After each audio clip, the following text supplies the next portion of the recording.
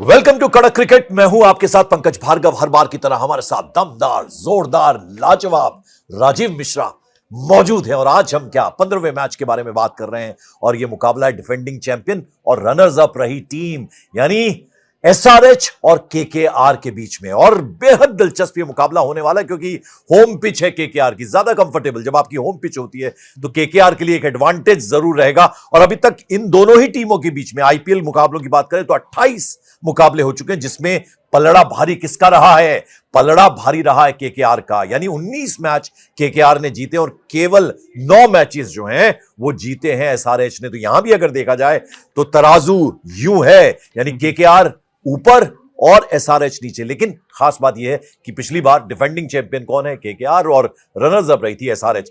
तो जो इंटरेस्टिंग बात है, पलड़ा तो जरूर केकेआर का भारी है, लेकिन उससे भी ज्यादा इंटरेस्टिंग सवाल से हम शुरुआत करते हैं राजीव। वो ये कि दोनों ही टीमों को अगर मैं देखूं तो डेडली कॉम्बो होता है। एक लेफ्ट हैंडेड हो ओपन जो करता है और जो रनर्स एंड पे रहता है वो राइट हैंडेड हो। लेकिन यहां तो दोनों ही टीमों के जो प्रारंभिक बल्लेबाज हैं वो लेफ्ट हैंडेड हैं। जी। और देखिए, कभी कभी बड़ी सिचुएशन टफ हो जाती है और खास तौर से तब आपको सोचना पड़ता है कि आप पहले जो पावर प्ले है यानी कि पहले 6 ओवर में गेंदबाजी किसको कराएं।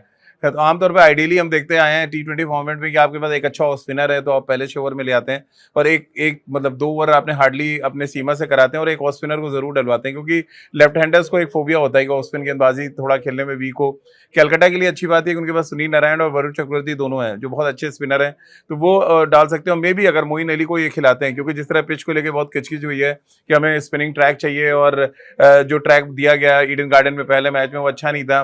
स्नेशिस गांगुली भी पहुंच गए जो बंगाल के अध्यक्ष हैं क्रिकेट बंगाल के। तो तमाम कहते हैं ना उठापटक के बीच में जाके आपको मैच खेलना। और ये बड़ा इंपॉर्टेंट सवाल है कि जब दोनों बाएं हाथ के बाहुबली दोनों टीमों से उतरे तो फिर आपको थोड़ी अपनी स्ट्रैटेजी बदलनी पड़ती है। कैलकाटा को पास तो है असला है, देन ये दिक्कत आएगी आपके एसआरएच के लिए। उनका मैं स्पिन डिपार्टमेंट देख रहा था, उनका लेग स्पिनर है और लेफ्ट हैंड बैट्समैन के लिए लेग स्पिनर को मारना सबसे ईजी होता है। तो ये थोड़ा सा एक चेंज है मुझे। लेकिन राजीव, जितना मैंने पढ़ा था या समझा था क्रिकेट को, जितना मैं समझाऊं, लेकिन आप ज्यादा अच्छे से बता सकते हैं कि जब आपके पास एक लेफ्ट हैंडर और एक राइट हैंडर बैट्समैन होता है तो बॉलर्स ज्यादा परेशान होते हैं क्योंकि आपको गेंदबाजी उनके हिसाब से करनी होती है।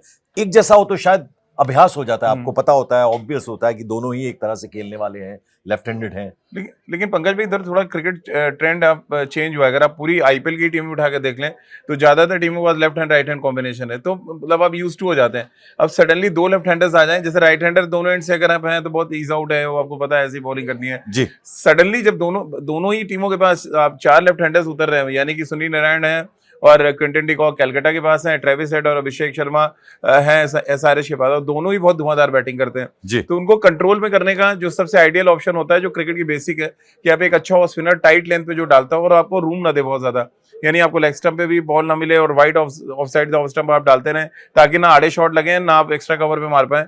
आप डीप पॉइंट लेके आप कट शॉट खिलाते रहे तो 1 रन लगेगा, लेकिन जैसे ही आपने उनके रडार में बॉल दी तो बाहर मारेंगे। तो लेफ्ट हैंडर्स का जो रडार है वो बहुत सेट होता है लेग साइड पे, तो उस रडार से बचना पड़ेगा। इससे पहले कि आगे बढ़े, हम आपको हर बार की तरह यह भी बता दें कि अपना कागज, अपना पेन संभाल लीजिए, बिल्कुल सामने रखिए, क्योंकि प्रोग्राम के आखिर में राजीव मिश्रा आपको बताएंगे प्लेइंग 11। कुछ खास आप लोग खेलते हैं, आपको इंतजार रहता है, हमें मालूम है, तो हम आपके उस इंतजार को खत्म करेंगे आखिर में। इसलिए कागज और पेन निकाल के रखिए। जो टीम आपको बताई जाएगी फिर उससे जो आप खेलते हैं वो फिर से खेलिएगा। हालांकि हम आपको ये कहते हैं कि 100% अगर होता है तो उसमें 80% राजीव मिश्रा एक्यूरेट होते हैं, 20% तो देखिए आईपीएल इस तरह का गेम है, इधर से उधर हो जाता है। बहुत सारे दर्शक हमें लिखते हैं कि आज आप सही साबित नहीं हुए, तो देखिए हम भी इंसान हैं, हमें पूरा हक है, इतना क्रिकेट देखने का, खेलने का तजुर्बा है राजीव मिश्रा को, तो अगर वो आपको प्लेइंग 11 बताते हैं तो आपको उससे बेनिफिट ही मिलेगा, कभी कभी नुकसान भी हो जाएगा तो सहना पड़ेगा आपको। अब जरा खिलाड़ियों की बात करें, प्लेइंग 11, पहले मैं एसआरएच की बात करूं तो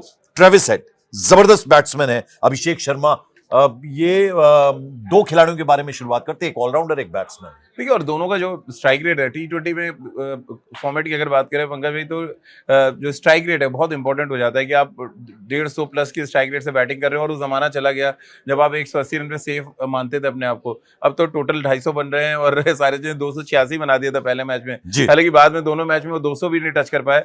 बिकॉज क्यों नहीं टच कर पाए कि इनके ओपनर नहीं चले। ट्रेविस हेड चले दोनों मैचेस में, लेकिन अभिषेक शर्मा फ्लॉप, नंबर 3 पे ईशान किशन फ्लॉप। तो जो टॉप ऑर्डर पे हैवीली डिपेंडेंट है सनराइजर्स, उसका नुकसान, उनका खामियाजा भी उन्होंने भुगता है कि अगर आप टॉप ऑर्डर पे बहुत हैवली डिपेंडेंट है तो मिडिल ऑर्डर थोड़ा सा वीक होता है और देन सारे वहाँ पे एक्सपोज होता है।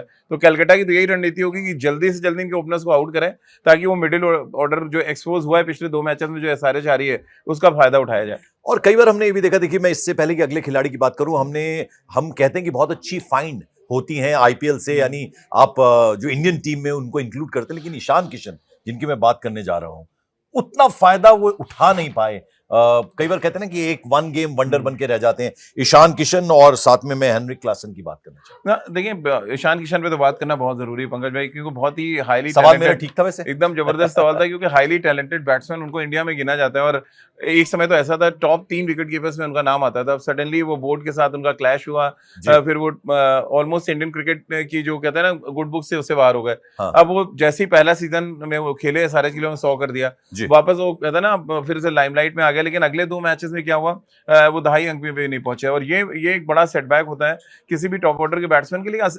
कंसिस्टेंट होना चाहिए, आपने 100 किया, अगले में आप 30-40 कर दें, फिर आप 50-60 करें तो लोग आपके बारे में चर्चा करेंगे, नहीं तो वो शतक आदमी भूल जाता है। अभी क्या हो रहा है, ईशान किशन के बारे में उनका शतक भूल चुके हैं लोग, वो 2 मैचों में जो फेल हुए हैं उसके बारे में ज्यादा जिक्र हो रहा है, और जिक्र ये भी हो रहा है कि हो सकता है खुदा ना खास्ता उनको सेंट्रल कॉन्ट्रैक्ट में भी जगह ना मिले जो आने वाली है। क्लासन तो देखिए जबरदस्त बैट्समैन है, एसआरएच बहुत हेवली डिपेंडेंट था पिछले 2 सीजन में, और पिछली बार अगर फाइनल खेली है एसआरएच तो सिर्फ और सिर्फ क्लासन की बैटिंग और ट्रेविस हेड की बैटिंग की वजह से। तो क्लासन बहुत ही कहते हैं ना बैकबोन ऑफ मिडिल ऑर्डर है एसआरएच के लिए, उनका चलना बहुत जरूरी है। वो भी एक टारगेट होंगे जो केकेआर के गेंदबाज चाहेंगे कि उनको किसी भी तरह थोड़ा हमें स्पीड अप करना होगा, बहुत सारे खिलाड़ियों का जिक्र करना होता है, 11 इधर के 11 उधर के, तो नीतीश कुमार, रेड्डी और अभिनव, इन दोनों को देखिए अनिकेत जिन्होंने बहुत अच्छी बैटिंग की पिछले मैच में, सारे अगर एक सम्मानजनक स्कोर तक पहुंचा था तो उनकी बहुत जबरदस्त इनिंग थी अनिकेत वर्मा की, तो वो, और साथ में नीतीश रेड्डी ने पोटेंशियल दिखाया। देखिए पंकज भाई ऑस्ट्रेलिया में भी उन्होंने जाकर शतक लगाया था, और एक पोटेंशियल है उस क्रिकेटर के अंदर। मैं जिक्र कर रहा था अभिनव मनोहर का। अभिनव मनोहर तो खेले ही नहीं अभी तक, वो अभी तक खेला नहीं है, तो इंक्लूजन हाँ वो हो सकता है अगर इम्पैक्ट प्लेयर के तौर पे आप लाना चाहें, तो वो टीम मैनेजमेंट पे डिपेंड करता है। लेकिन 4 नाम वो आप सही कह रहे हैं, 4 नाम में वो रहते हैं, हमेशा इम्पैक्ट प्लेयर में रहते हैं। पिछली बार किस्मत अच्छी थी, अनिकेत वर्मा खेल गए उनके और रन बना दिया, तो पंजाब में हमने देखा कितना कमाल कर हाँ बहुत अच्छी बैटिंग करी थी उन्होंने। निहाल वडेरा ने जो कमाल की बैटिंग की, उससे पहले वो मुंबई के लिए खेल रहे थे। जी तो चांस बन सकता है इसमें कोई, देखिए उसमें होता है कि जब आप इम्पैक्ट प्लेयर यूज करने जाते हैं तो आपको ये देखना पड़ता है सिचुएशन क्या है। सपोज आपको बहुत हैवी स्ट्राइक रेट के साथ जाना है, बहुत बड़ा टारगेट चेस करना, तो आप स्ट्रोक प्लेयर उतारते हैं। अभिनव मनोहर और अनिकेत वर्मा में अगर आप डिफरेंस देखें, अभिनव मनोहर बहुत कॉम्पैक्ट खेलते हैं, मतलब वो अगर छोटा टारगेट है, विकेट जल्दी गिर रही है, आप अभिनव मनोहर को भेज सकते हैं। लेकिन जहां पे आपको चाहिए आपको अपना स्ट्राइक रेट मेंटेन करना है, जल्दी मैच जीतना है, देन आप अनिकेत वर्मा पे जाते हैं। पैट कमिंस के अलावा जो सबसे बड़ा खिलाड़ी है टीम में वो है मोहम्मद शमी जी, हर्षल पटेल, इन दोनों खिलाड़ियों का जिक्र करना। देखिए हर्षल पटेल तो T20 स्पेशलिस्ट माने जाते हैं, लेकिन वो स्पेशल काम कुछ कर नहीं पाए अभी तक इस सीजन में, तो उनकी गेंदबाजी निश्चित रूप से एक इंपॉर्टेंट फैक्टर होगी। लेकिन मोहम्मद शमी का मुझे लग रहा है थोड़ा चलना जरूरी, बहुत ऑफ कलर है। जब वो गुजरात टाइटंस के लिए खेले थे पंकज भाई, पहले 6 ओवर में 1 विकेट जरूर निकालते थे, और रिकॉर्ड बनाया था उन्होंने। जितने भी मैच उन्होंने आईपीएल के खेले पिछले साल, 1 विकेट जरूर निकाला। अब मैं तो बड़ा आश्चर्यचकित था कि गुजरात टाइटंस ने कैसे उनको रिलीज कर दिया। अब यहाँ जब से आए वो कहते हैं ना टीम बदली, माहौल बदला है, तो थोड़ा सा गेंदबाजी का कलर भी उतर गया। आखिरी 2 खिलाड़ी जिनके बारे में जिक्र करना है, बहुत महत्वपूर्ण खिलाड़ी हैं, जंपा जी, और दूसरे जो खिलाड़ी हैं वो चाहर। देखिए अगर आप कलकत्ता की पिच को लेके जितनी किचकिच हुई, और अगर वो पिच वाकई बदली गई, तो फिर आप 2 जो आपने नाम लिए यही 2 खिलाड़ी खेलेंगे, राहुल चहर और एडम जंपा। लेकिन 2 लेग स्पिनर खिलाएंगे क्या, ये बहुत बड़ा रिस्क है ईडन गार्डन में, क्योंकि देखिए साइड बाउंड्रीज छोटी हैं पंकज भाई, और आड़े शॉट्स बहुत लगते हैं वहां पे। तो मुझे लग रहा है अगर पिच में बहुत ज्यादा टर्न नहीं दिख रहा है या स्पिनर्स के लिए मदद नहीं है, तो मे बी सिमरजीत, जिनके बारे में आपने पहले भी जिक्र किया 1-2 मैच में, आप एक्स्ट्रा एक पेस बॉलर खिला लें। अगर जो टर्न और जिस तरह से टीम मैनेजमेंट को लेके बहुत ज्यादा हो रहा है कि कलकत्ता कह रही थी हम अपना होम ग्राउंड ही छोड़ देंगे अगर पिच अच्छी नहीं मिली, तो मे बी वो दबाव काम आए, स्पिनर अगर हुए तो फिर राहुल चहर इन होंगे। देखिए आपको अभी हमने बताया एसआरएच की टीम के बारे में, जो संभावित खिलाड़ी हैं 11 उनके बारे में बताया, तो आप जब टीम बनाएंगे, वैसे आपको राजीव बताने वाले हैं आखिर में, इंतजार कीजिएगा, कागज और पेन आपके पास होगा, हम उम्मीद करते हैं। लेकिन अब जरा एसआरएच की बात कर लेते हैं, बात केकेआर की, तो नारायण और डिकॉक, सबसे पहले तो इन्हीं से शुरुआत। देखिए डिकॉक तो अच्छे फॉर्म में है, हमने एक तो मैच विनिंग इनिंग देखी उनकी। सुनील नारायण पूरे ऑफ कलर है। मैं अगर केकेआर का मैनेजमेंट का हिस्सा हूं पंकज भाई जी, तो मैं बाहर कर देंगे, मैं ड्रॉप कर दूंगा उनको। मैं मोइन अली को ले आऊंगा, क्योंकि मोइन अली देखिए एक तो उनकी ऑफ स्पिन गेंदबाजी जो हम लोग जिक्र कर रहे हैं कि सामने लेफ्ट हैंडर है, और बेटर ऑफ स्पिनर है वो सुनील नारायण से मौजूदा फॉर्म में। आप रिकॉर्ड पे मत जाएंगे, रिकॉर्ड देखेंगे तो सुनील नारायण बहुत जबरदस्त है, लेकिन करंट फॉर्म में मैं मोइन अली को खिलाऊंगा, ओपन भी करते हैं। ऑफ स्पिन गेंदबाजी भी करते हैं और नया बॉल के साथ ऑफ स्पिन करते हैं, जो हम लोग बात कर रहे हैं कि 6 ओवर में चाहिए, तो मैं मोइन को ले आऊंगा यहाँ पे। तीसरे नंबर पर यानी वन डाउन कप्तान है अजिंक्य रहाणे, वो भी अपने कलर में अभी तक आ नहीं पाए पूरी नहीं तरह एक का दुक्का देखिए, शॉट्स अच्छे खेल रहे हैं। देखिए जब तक एक नंबर 3 का प्लेयर है, क्या नंबर 3 पे पूरा शीट एंकर होता है जिसमें आप रिवॉल्व करती है बैटिंग, जो हम लोग अक्सर देखते हैं नंबर 3 जैसे श्रेयस अय्यर खेल रहे हैं पंजाब के लिए, क्या बैटिंग कर रहे हैं आप देखिए, उनके इर्द गिर्द पूरी बैटिंग घूम रही है और सब मैच जिता के ले जा रहे हैं। तो अजिंक्य रहाणे को चाहिए वो शीट एंकर बने, 20 ओवर खेलें और अपने इर्द गिर्द बड़े शॉट्स खेलने थे, वो खुद खेलने जा रहे हैं, पूरी टीम एक्सपोज हो रही है। तो मेरा यही सजेशन है कि अजिंक्य रहाणे को पूरे 20 ओवर खेलने चाहिए यहाँ पे। वेंकटेश अय्यर चौथे नंबर पर, वो भी वो कलर में अभी तक आए नहीं। देखिए ड्रॉप कर देना चाहिए, तो अब 23 करोड़ को देखिए आज बड़े स्ट्रिक्ट हैं राजीव मिश्रा, आज बिल्कुल लीनियंट नहीं है, बेहद स्ट्रिक्ट है। इन्होंने मोइन अली को अंदर लाकर आउट कर दिया, सुनील नारायण को, और यहाँ ये वेंकटेश अय्यर को बाहर कर रहे हैं। नहीं जरूरत नहीं, आप उनसे बॉलिंग करा नहीं रहे, बैटिंग में पिछले 2 मैच में 9 रन बना पाए। और आपको याद होगा जब हमने पिछली बार भी वेंकटेश अय्यर के बारे में कहा था तो कई दर्शकों ने लिखा था वहां पे, अरे उसको बैटिंग ही नहीं आ रही। अरे भैया 2 मैच में बैटिंग आ गई है, 1 में नहीं आई, और अभी 10 रन वो टोटल नहीं बना पाए, तो फिर ऐसे बैट्समैन को हम टीम में रखेंगे क्यों? हम एक यंगस्टर को खिला सकते हैं इसकी जगह, जो आके आपको परफॉर्म करेगा। अंगकृष्ट रघुवंशी जो है, सीधा वाइस कैप्टन को बाहर कर रहे हैं। मतलब कोई जरूरत नहीं है, जब परफॉर्म नहीं कर रहे हैं तो आप जाके बाहर बैठे। चलिए अब जल्दी से आगे बढ़ते रहते हैं। रिंकू सिंह और आंद्रे रसल भी वो कलर ऑफ फेयर तो बदलता रहता है। अगर आप ये 3 नाम देखेंगे जो आपने लिए, तीनों ही एक्चुअली आपके बिल्कुल कैलकाटा हारने का अगर कोई बड़ा रीजन है तो वो आंद्रे रसल है, रिंकू सिंह है, पर मजबूरी है इनको लेना, और वेंकटेश अय्यर। मजबूरी आपको है नहीं, प्लेयर आप तीनों हटा देंगे तो बचेगा क्या? और आंद्रे रसल और सुनील नारायण तो मुझे लग रहा है राइवलिटी ना हो जाए, क्योंकि आप पिछले कई सालों से उनको रिटेन कर रहे हैं, अपने साथ खिला रहे हैं, बट एक्चुअल परफॉर्मेंस निकल के आ नहीं रहा है। सुनील नारायण ने तो चलिए पिछले सीजन किया भी, आंद्रे रसल पूरी तरह फ्लॉप है, वो खाली बाल कलर के ब्रांडिंग के तौर पे खिलाते रहे रसल को, वैसे टीम में जगह। रमनदीप सिंह, स्पेंसर जॉनसन, जल्दी से देखिए रमनदीप तो खेलना चाहिए, रमनदीप ने बहुत अच्छा, और जो भी यूटिलिटी क्रिकेटर है, जो भी मौके मिल रहे हैं वो अच्छा खेल रहे हैं, तो रमनदीप पे कोई क्वेश्चन ही नहीं है, वो होने चाहिए टीम में, और बड़ा इंपॉर्टेंट रोल भी वो प्ले कर सकते हैं टीम में जी। और हर्षित राणा, और साथ में आखिर हम बात कर लें वरुण चक्रवर्ती, तो अब वो कलर में आए हैं। लेकिन वरुण के साथ दिक्कत है पंकज भाई, पिछले 2 मैचों में 10 ओवर में उन्होंने 75 रन दिए हैं, तो आमतौर पे उनको इतनी मार पड़ती नहीं है अब, क्योंकि उनको पिच उस हिसाब से नहीं मिल रही। टीम मैनेजमेंट तो सोच रही थी कि उनका जो ट्रम्प कार्ड है, नहीं पर कहने को होम ग्राउंड है ना। हाँ होम ग्राउंड है, इसीलिए तो लड़ाई चली है। लड़ाई जो चल रही है पिच को इसीलिए चल रही है कि उनका जो ताकत थी पिछले कई सीजन में, जब वो जीते हैं आईपीएल, अपने स्पिनर्स के दम पे जीत रहे थे, क्योंकि वो मदद कर रही थी पिच।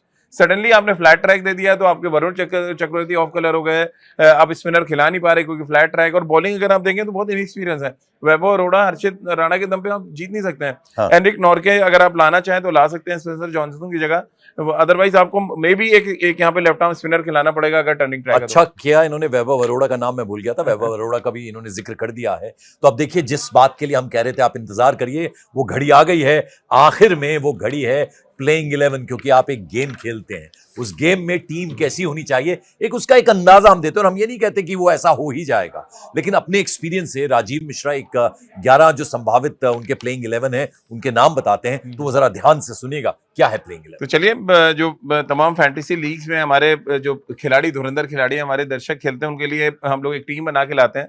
कोशिश रहती है कि ये टीम सही बन जाए। राजीव, सवाल कुछ दर्शक ये भी पूछते हैं कि कहीं राजीव मिश्रा जी की खुद की टीम होती है क्या? नहीं, खुद की टीम होती तो मैं वहां डगआउट में बैठा होता अपनी टीम के साथ, तो ऐसा नहीं है। हाँ, टीम बनाने का मौका मिलेगा तो मैं कुछ ऐसी टीम बनाऊंगा जो मैं आईपीएल में खिलाऊं, जैसे कि मैं 2 लेफ्ट हैंडर ओपनर लाऊंगा, पंकज भाई भी इस टीम में साथ है। हेड मैंने बोला तो तुरंत डिकॉक का नाम पंकज भाई ने लिया, यानी 2 लेफ्ट हैंडर ये भी खिलाना चाहते थे, एक और जोड़ी, यानी कि लेफ्ट हैंडर्स की जोड़ी इस मैच में रहेगी। फिर हम क्लासन को यहाँ पे रखेंगे, अनिकेत वर्मा है, आंद्रे रसल, नितेश रेड्डी, रमनदीप बड़ा इंपॉर्टेंट नाम जो नंबर 7 पे खेलेंगे, हर्षित राणा, वरुण चक्रवर्ती, एडम जंपा और मोहम्मद शमी, ये हमारी 11 है। इसमें कैप्टन और वाइस कैप्टन पंकज भाई अब आपको तो कैप्टन, अब आपने रमनदीप की इतनी तारीफ कर दी है, तो देखिए मैं तो वो खिलाड़ी जो चमक रहा होता है, जो अपनी चमक दिखाता है, तो मैं उस पे जाऊंगा एज ए कैप्टन। अब वाइस कैप्टन आप चुनिए। चलिए वाइस कैप्टन अगर आप मुझे मौका दे रहे हैं तो मैं इस पे मैं भी क्विंटन डिकॉक के साथ जाऊंगा, क्योंकि ओपन करते हैं, उनके पास चांस है कि आपको नंबर्स जीत के दें, आपको जो चाहिए रन्स, पॉइंट्स जो चाहिए वो, क्योंकि जिसको जितने मौके मिलेंगे। आपने रमनदीप लिया है, रमनदीप के पास क्रूशियल टाइम पे वो बैटिंग करने आते हैं, बड़ी हिट्स मारते हैं, वो बहुत अच्छा है, और साथ में क्विंटन डिकॉक, तो ये आइडियल है। मुझे लग रहा है केकेआर का कि थोड़ा खुश होगा कि दोनों नाम हमने ले लिए केकेआर। तो देखिए आपने टीम, हम पूरी उम्मीद करते हैं कि नोट कर लिया होगा, फिर से कह रहे हैं कि 100% नहीं लेकिन 80% जो है वो सटीक बैठता है जो टीम बताते हैं राजीव मिश्रा, तो आपने उम्मीद करते हैं वो नोट कर ली होगी टीम। अब बेहद कड़ा शाम 7:30 बजे ईडन गार्डन्स कोलकाता में यह मुकाबला होगा। किसके बीच? एसआरएच और केकेआर के बीच जोरदार ये मुकाबला होगा। हमें भी इंतजार है। फिलहाल थैंक यू सो मच।